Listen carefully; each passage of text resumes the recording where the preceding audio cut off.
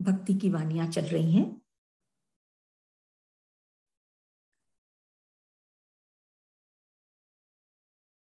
Four 69। तू नबी है अजनबी नहीं। तू नबी है अजनबी नहीं। सबसे पहले ये कहना चाहूंगी, हमारे गुरुदेव की ये जो भाव तो है ही, उसकी तो कोई बात ही नहीं है, लेकिन शब्दों में भी जो उनके ये ताना बाना जो बुनते हैं, स्प्लेंडेड है, बहुत स्पेशल है, विशेष है। ऐसे समझाना, तू नबी है अजनबी नहीं। नबी कौन? एक पैगांबर, एक पीर। कि तू तो नबी है, ईश्वर का दूत, अजनबी नहीं। अजनबी कौन? जिसको हम जानते नहीं, परिचित नहीं, वो अजनबी। गुरुदेव कह रहे हैं कि तू संत, गुरुदेव, वो अजनबी नहीं, वो तो नबी है।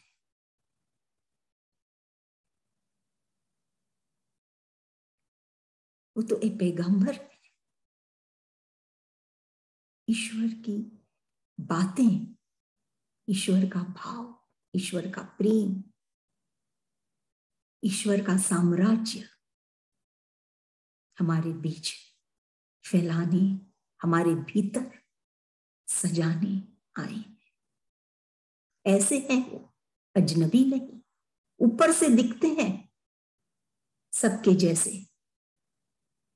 शायद हमको परिचय भी नहीं है पूरे पूरे तरह से उनकी, लेकिन जैसे जैसे हम उनका परिचय पाते हैं, जो भक्त उनको देख पाता है, उससे परिचित हो पाता है, संत से, वो जान जाता है कि ये अजनबी नहीं, ये तो नबी है, ये तो ईश्वर का ही दूत है। गुरुदेव क्या कह रहे हैं? तू नबी नहीं अजनबी है। क्या होता है कि इस संसार में जब हम जीते हैं, हम रहते हैं, तो हम प्राय क्या देखते हैं? हमारा दिमाग आगे की ओर बढ़ता चला जाता है, लेकिन हृदय घटता चला जाता है।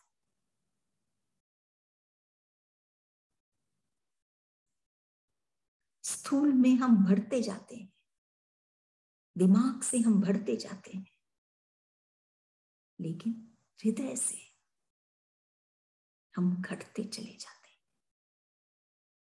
यही होता है। जब तक हमारा हृदय नहीं बढ़ेगा, तब तक हम इस संसार में सिर्फ वो गुरु को ही नहीं, वो संत को ही नहीं एक अजनबी समझेंगे, बल्कि हमको ये सारा संसार ही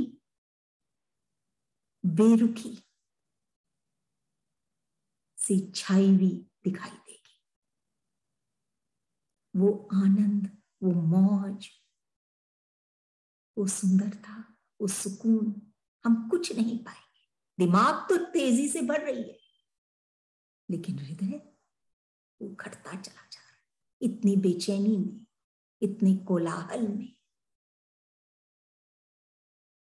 और जब तक शांत नहीं होगा, तब तक शांताकारम का वास कैसे हो सकता है?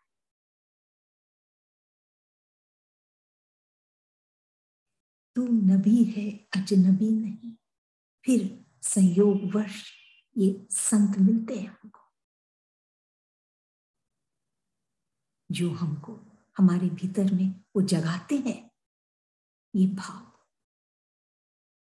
कि ये जो संत हैं, ये तो भगवान का ही रूप है। ये हर ऐश्वर्य से सुसज्जित है। ऐसा धन है इनके पास जो कभी न तो खोया जा सकता है, न चुराया जा सकता है, न घटता है। सिर्फ उनका हृदय बढ़ता चला जाता है, सीमित से असीम की ओर। इसका कोई हृदय का कोई सीमा नहीं। हम कितना ही प्यार पाले, कितना ही प्रेम पाले, सब कुछ पाले, सब कुछ पाकर भी और कुछ भी हम पा सकते हैं। ऐसा है ये हृदय की स्थिति। बशर्त हम उस संत को पहचाने, उनको अजनबी नहीं माने, उनसे हम परिचित हों। कैसे? जब तक हम अपने हृदय को खोलेंगे नहीं, तब तक वो तो खड़े ही हैं वहां पर। जैसे ही उनको एक इतनी सी भी एक ओपनिंग मिलता है, वो कैसे एकदम बिना आवाज के, बिना कोई हलचल के, कोलाहल के हमारे हृदय में बस जाते हैं। और ये जीवन ही हमारा बदल जाता है।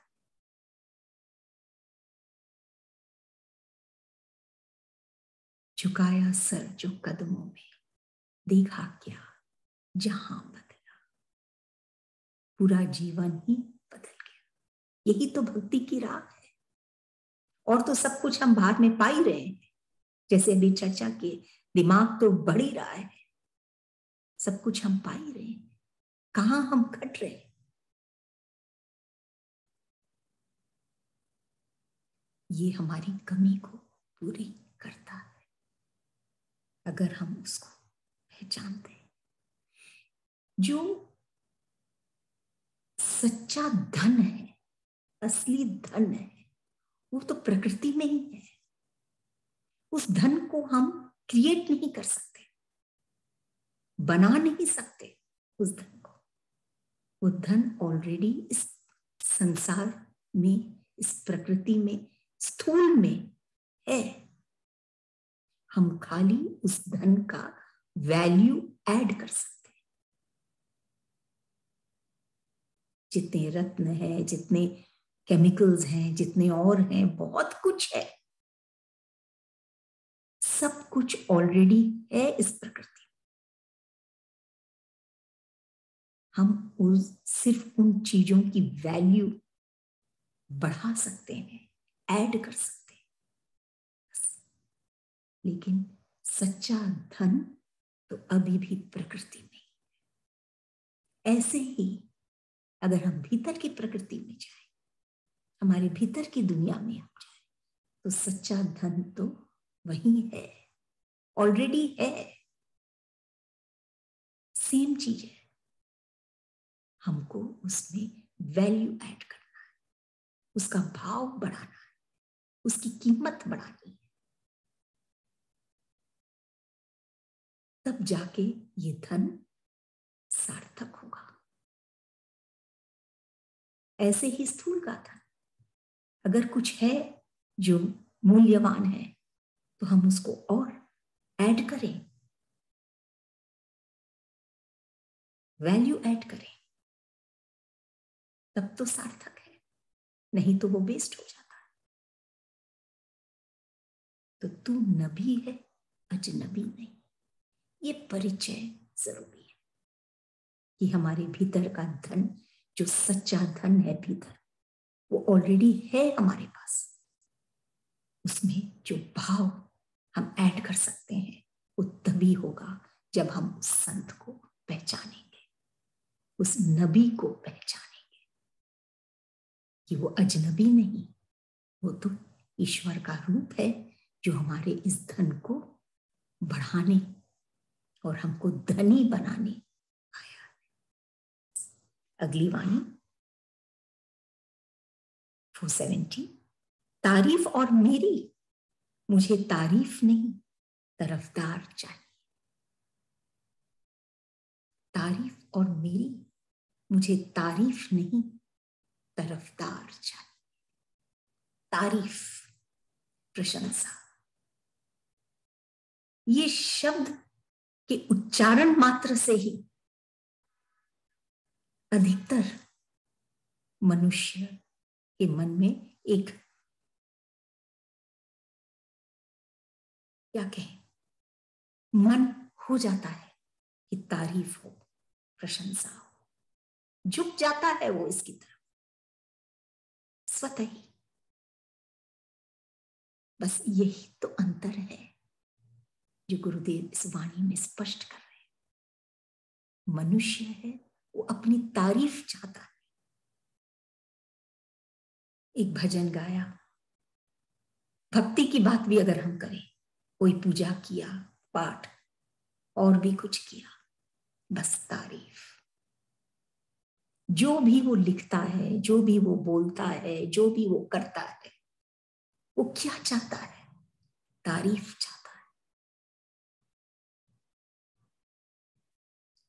लेकिन संत क्या चाहते हैं? यही अंतर है एक मनुष्य में और एक संत में, हमारे गुरुदेव में। वो क्या चाहते हैं? वो तो तारीफ नहीं चाहते, वो तो तरफदार चाहते हैं। तारीफ से क्या होगा? बल्कि जो वो लिखा है या वो जो गा रहा है, वो अपने आप ही, अपने आप खुद में ही वो अहंकार में फूल जाता है कि मैं इतना सुंदर बोल रहा हूं, या मैं जाप कर रहा हूं, या मैं अनुष्ठान कर रहा हूं, या मैं इतने घंटे पूजा कर रहा हूं, या जो भी कर रहा हूं। वो उसी अहंकार में, उसी में वो फंस जाता है, अपनी ही तारीफ में। और उलट के लोगों से भी वो तारीफ चाहता है। लेकिन एक जो संत है वो तारीफ नहीं चाहता। उसको तारीफ तो ऊपर की चीज है, वो तो निरर्थक है। उठी और खत्म हुई, एक क्षण तारीफ होती है, फिर बात खत्म। तारीफ वो चाहता है तरफदार, वो चाहता है ऐसी एक स्थिति कि तुम मेरी तारीफ मत करो। वो तारीफ से बहुत ऊपर है, वो पूर्ण है, उसको तारीफ की आवश्यकता नहीं। जहां अपूर्णता है, जहां अभी भी कोई इच्छाएं हैं, खुद का कर्तापन है, कोई भी ऐसे भाव है, तो वो तारीफ चाहेगा। लेकिन वो तो ईश्वर के साथ एक हो चुका है, वो तो अलग दुनिया में है। वो तो तरफदार चाहता है। तरफदार क्या कहना चाह रहे हैं गुरुदेव? तरफदार मतलब जो उसके तरफ, उस संत के तरफ मुड़े। क्यों? क्योंकि वो संत ईश्वर का रूप है। वो ईश्वर की तरफ मुड़ेगा, ईश्वर की ओर बढ़ेगा, उसके साथ चलेगा। उससे वो ये क्षण दो क्षण की तारीफ सिर्फ ही नहीं पाएगा, बल्कि वो असीम अनंत आनंद पाएगा। कैसा सस्ता सौदा है ये, 2-4 मिनट की तारीफ के लिए, और फिर वापस वही बेचैनी, वापस वही बात, वापस वही अहंकार कि मैं तो बहुत अच्छा भजन करता हूं। लेकिन जो तरफदार हो गया, जो संत के साथ हो लिया, वो तो कभी नहीं रुकेगा। जो झुका कब रुका? गुरुदेव हमको समझाते हैं वो कभी नहीं रुकेगा, वो बढ़ता ही चला जाएगा। जो हल्का होता है वही ऊपर उठते हैं। Light things go up. संत होते हैं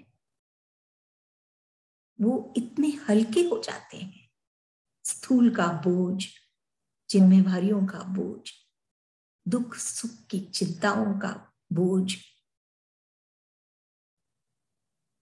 विकारों का बोझ, अहंकार का बोझ, बहुत चीजें हैं, ये सब से मुक्त होते हैं।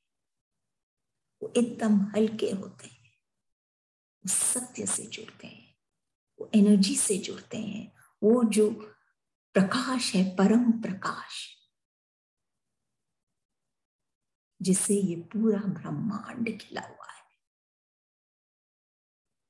हर एक चीज में निहित है। दिखता नहीं क्योंकि वो दृष्टि नहीं है देखने की, लेकिन है सब में, हर एक चीज में, कण कण में, उससे वो जुड़ जाता है। और वो कहाँ है? वो उसी के भीतर, उसी के हृदय आकाश में। कहीं दूर जाना नहीं, कहीं कोई लंबा सफर नहीं, कोई मुश्किल डगर नहीं, सिर्फ अपने भीतर जाना कि वो उस इष्ट को पा सके। उसके साथ जब ये भक्त हो जाता है, ऐसे संत के साथ, वो संत क्या तारीफ चाहेगा। ईश्वर की तारीफ, ईश्वर में तो समा जाना है।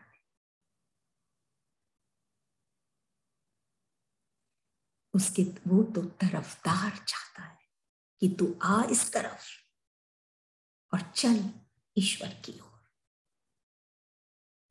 वो संत तो वो चाहता है, तारीफ नहीं चाहता। इससे वो जो आनंद पाता है वो अपार है, क्योंकि वो अपने बच्चों को भी देता है कि वो भी खिल रहे हैं, महक रहे हैं। यही तो ईश्वर है जो हर एक के हित के लिए, कल्याण के लिए ही हर एक में बसे हैं।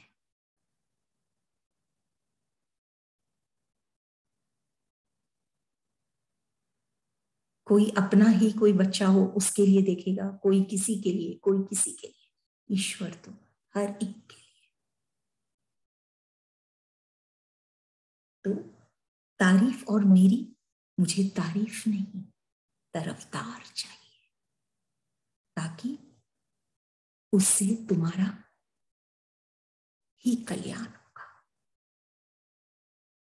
संत का तो हो ही गया है, संत तो एक हो ही गए हैं ईश्वर के साथ। लेकिन अगर हम संत के तरफ हो जाते हैं तो हम भी उस आनंद को पाते हैं। 471, सरकार का बल पाकर निर्बल भी सबल, तुम्हारे प्यार का बल पाऊं तो सम्राट कहलाऊं।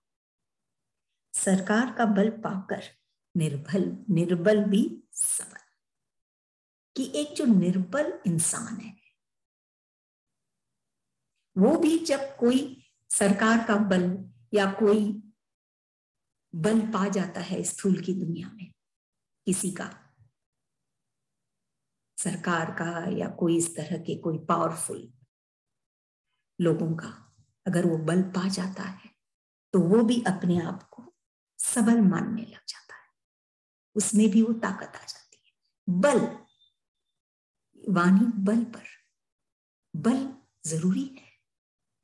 बिना बल हम कमजोर हो जाते हैं। अब कौन सा बल, कैसा बल, और कहां पाए हम ये बल? ये बात है स्वामी कि एक जो निर्बल है, जिसके पास बल नहीं है, अगर वो सरकार का बल पा लेता है तो वो अपने आप को सबल समझता है कि मुझे तो बहुत ताकत मिल गई। लेकिन ये भक्त क्या कहता है? तुम्हारे प्यार का बल पाऊं तो सम्राट कहलाऊं। वो बल पाकर वो भी क्षणिक, सबल तो समझता अपने आप को, लेकिन समय विशेष के लिए।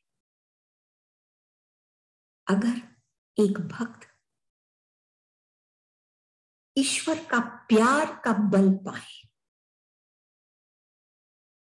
तो क्या कहते हैं गुरुदेव, सम्राट ही कहलाऊं। वो एक सम्राट के जैसे हो जाता है। सम्राट कौन? एकदम जो राजा, सम्राट, टॉप ऑफ द लाइन,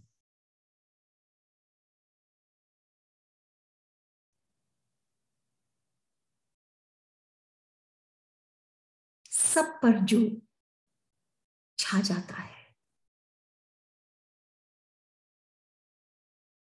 यूं भी हम कह सकते हैं, सबके आगे जो दिल से झुक जाते, नम्र हो जाते,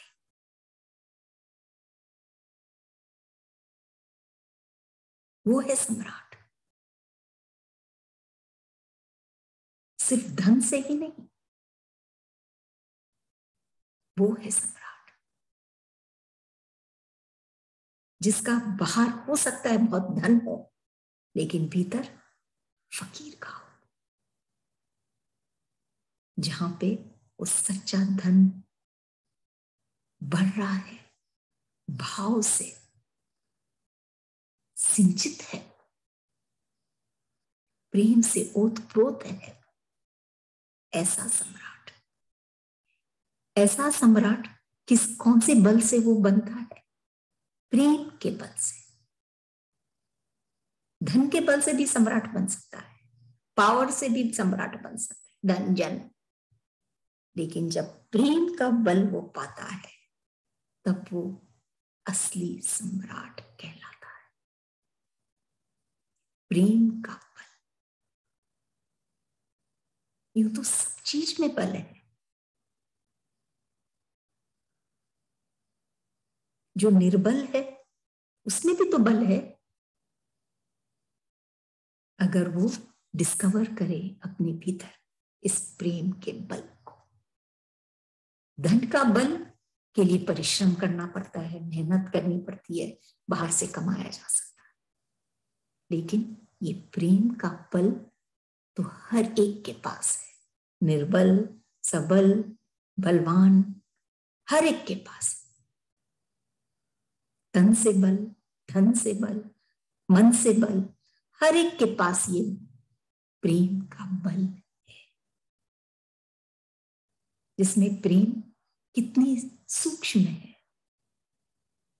कहीं मिलती नहीं, कहीं बिकती नहीं,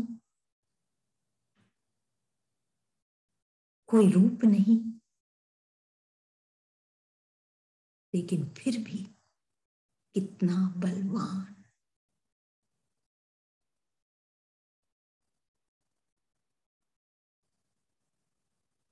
ये प्रेम का बल वो जब भक्त पाता है तब वो सम्राट कहलाता है।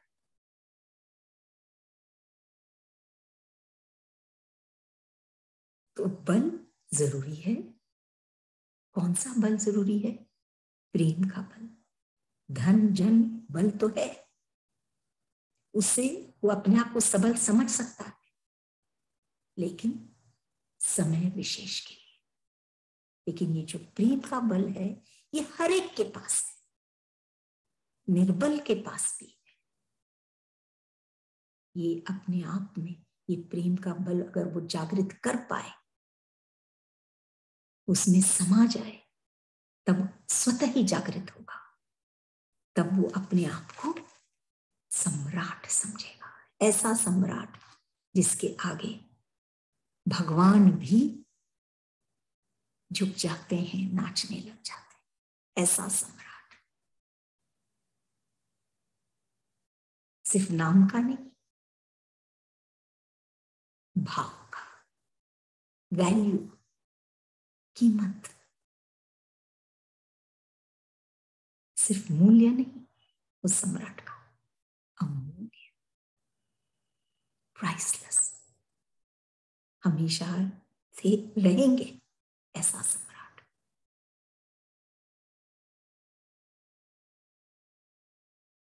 चाहे रूप बदलती रहे जिंदगी, कभी दुख, कभी सुख, कभी धूप, कभी छांव, लेकिन वो हमेशा कायम, वो नहीं बदलता। जैसे हम जाते हैं गाड़ी में, तो वो पेड़ जो होते हैं रोड पर, वो तो नहीं हिलते, हम तेजी से आगे बढ़ते हैं, लेकिन वो वहीं के वहीं खड़े हैं। लगता है वो मूव कर रहे हैं, है वहीं के वहीं। ऐसे ही है ये ब्रह्मन हमारे भीतर, ये ईश्वर, वो हमेशा हमारे भीतर स्थित है। हम बढ़ते हैं, लेकिन वो हमेशा स्थित है हमारे अंदर। वो स्थित है, तब तक हम बढ़ सकते हैं। हम शव नहीं, हम शिव के जैसे, हम को कोई रोक नहीं सकता, हम आगे बढ़ते चले जाते। तो सरकार का बल पाकर निर्बल भी सबल, तुम्हारे प्यार का बल पाऊं, ईश्वर के प्यार का बल पाऊं, तो सम्राट कहलाऊं। असली मायने में सम्राट कहलाऊं। 472, फूल, किसके प्यार ने तुझे खिलाया, कांटे चुभ ऐसा कि प्रिय को भूल ना सको। फूल, किसके प्यार ने तुझे खिलाया, कांटे चुभ ऐसा कि प्रिय को भूल ना सको। जब ये फूल और कांटों की जब बात होती है, तो एक बात जरूर मन में आ जाती है, वो जो भजन है कि कहीं पे फूल और कहीं पे कांटे, किसी के लिए फूल और किसी को कांटे। ऐसा क्यों है, क्या फर्क है, क्यों किसी को फूल मिलते हैं और किसी को कांटे? ये रहस्य को हमको समझना होगा।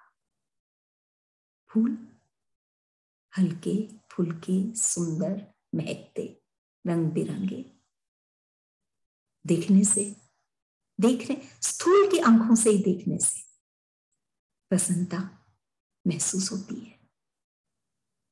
ऐसे हैं ये फूल, खिलते कहाँ हैं, ईश्वर की बगिया। ये सारा प्रकृति ब्रह्मांड ईश्वर का ही है।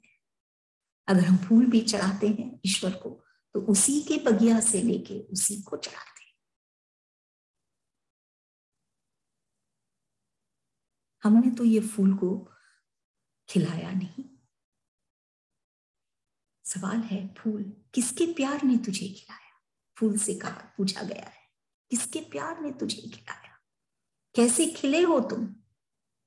कौन आके वो फूल को खिलाता है? क्या हम देखते हैं कि वो माली जा जाके एक एक कली को खिलाता है कि वो फूल बने? ये स्थूल की माली, स्थूल की दुनिया में लोग ऐसे करते हैं। तो कौन खिलाता है इस फूल को? गुरुदेव शुरू में ही लिख दिए, किसके प्यार ने तुझे खिलाया।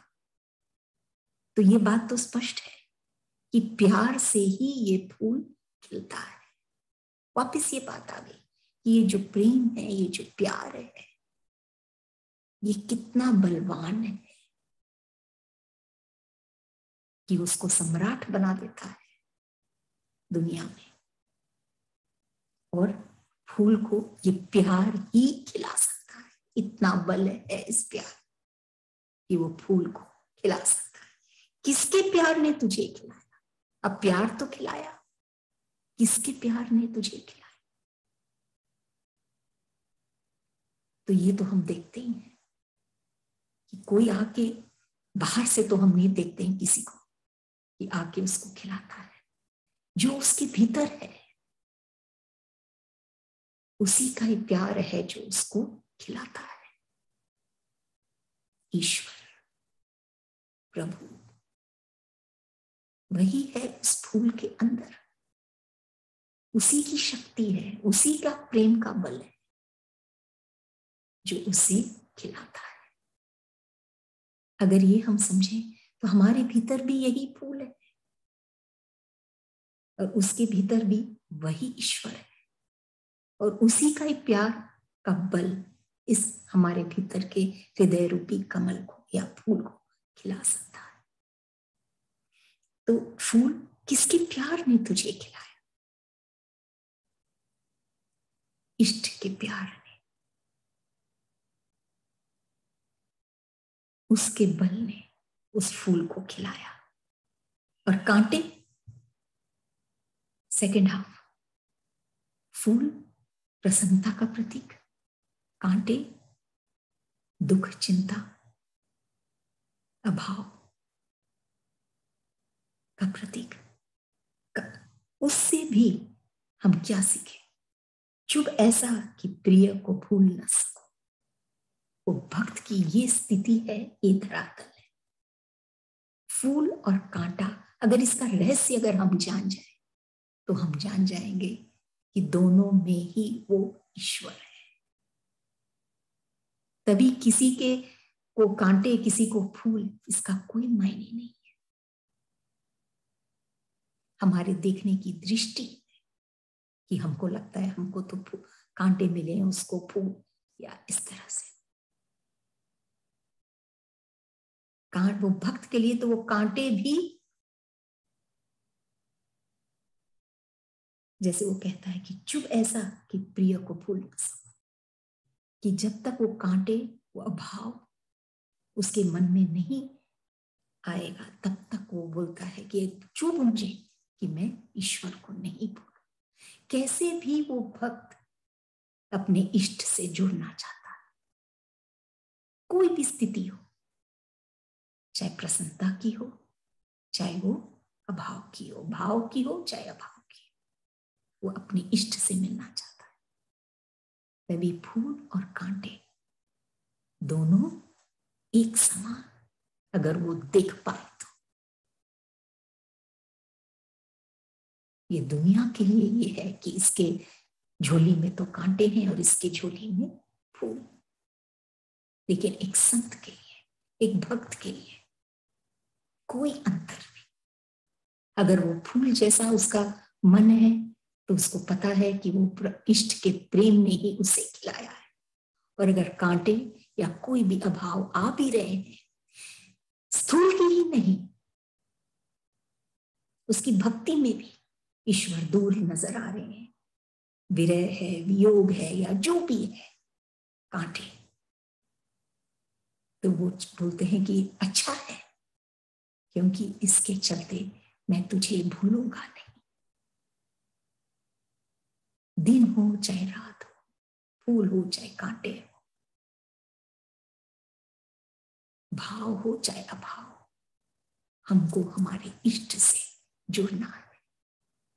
जुड़ जाते हैं तो ये दोनों में कोई अंतर नहीं रहता। जब हम सत्संग में जाते हैं, यही हमारी तैयारी होती है, वाणी से, भाव से, प्रेम से, जो हम पाते हैं कि हम अपने गुरु का हम संग कर सके। इसीलिए हम सत्संग जाते हैं, इसी से हमारी तैयारी होती है। संसार में नहीं हो पाती। संसार में अनेक बाधाएं हैं, प्रलोभन है, इच्छाएं हैं जो जिसमें हम गिर जाते हैं। लेकिन सत्संग में जब हम जाते हैं तो हमारे ज्ञान में, हमारी वाणी में, हमारे प्रेम में ऐसी स्पष्टता आ जाती है कि हम गुरुदेव का संग करने की कुछ कदम हम बढ़ा सकते हैं। जैसे आप देखिए, एक सूखा जंगल होता है जहां पूरा जंगल सूख गया है, एकदम सूखी लकड़ी है, एकदम एक चिंगारी से मीलों मीलों तक, एक चिंगारी से वो जंगल जल जाता है, क्योंकि सूखा है, दूर तक जल जाता है। कई बार सुनते हैं हम ये सब किस्से, वुड फॉरेस्ट फायर्स। ऐसे ही अगर हमारे भीतर की दुनिया सूखी रूखी सूखी ऐसे हो जाती है, तो एक ये भी हम कह सकते हैं मौत की चिंगारी, एक ऐसी स्थिति जहां मौत के समान जो हो, जब हमको कुछ सूझता नहीं, अंधकार है, बस एक क्षण में पूरा जीवन खत्म हो जाता है। इसीलिए ये रूखा सूखा ये जो मन है हमारा, ये जल जाए, खत्म हो जाए एक चिंगारी से, दुख की या अभाव की। उसके पहले हम ये रहस्य को जाने, ईश्वर को जाने, तर हो जाए कि ये जो अभाव है ये भी भाव में बदल जाए और हम हरे भरे हो जाएं।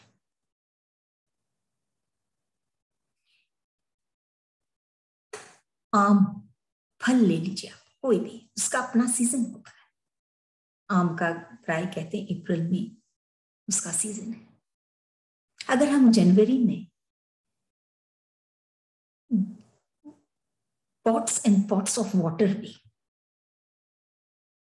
अगर हम उस गाछ में डालें तो क्या फल आ जाएंगे? फल तो वही अप्रैल मई में ही आएंगे जब उसका सीजन है। लेकिन अगर हम जल सिर्फ अप्रैल मई में डालें तो भी क्या सही रहेगा? वो गाछ की देखरेख, उसको जल देना, बाकी और सब पहले से ही करना पड़ता है, 12 महीने पहले से ही और पहले से ही। ऐसे ही ये जो हृदय है हमारा, लास्ट में हम करेंगे अप्रैल में तो फल नहीं, पहले से ही उसका सिंचन होना पड़ेगा, तब जाके वो फल हम सीजन में पाते हैं। ऐसे ही हम पहले से ही अपने जब मन को हम सींचते हैं शुरू से, सबसे बढ़िया तो बचपन से ही,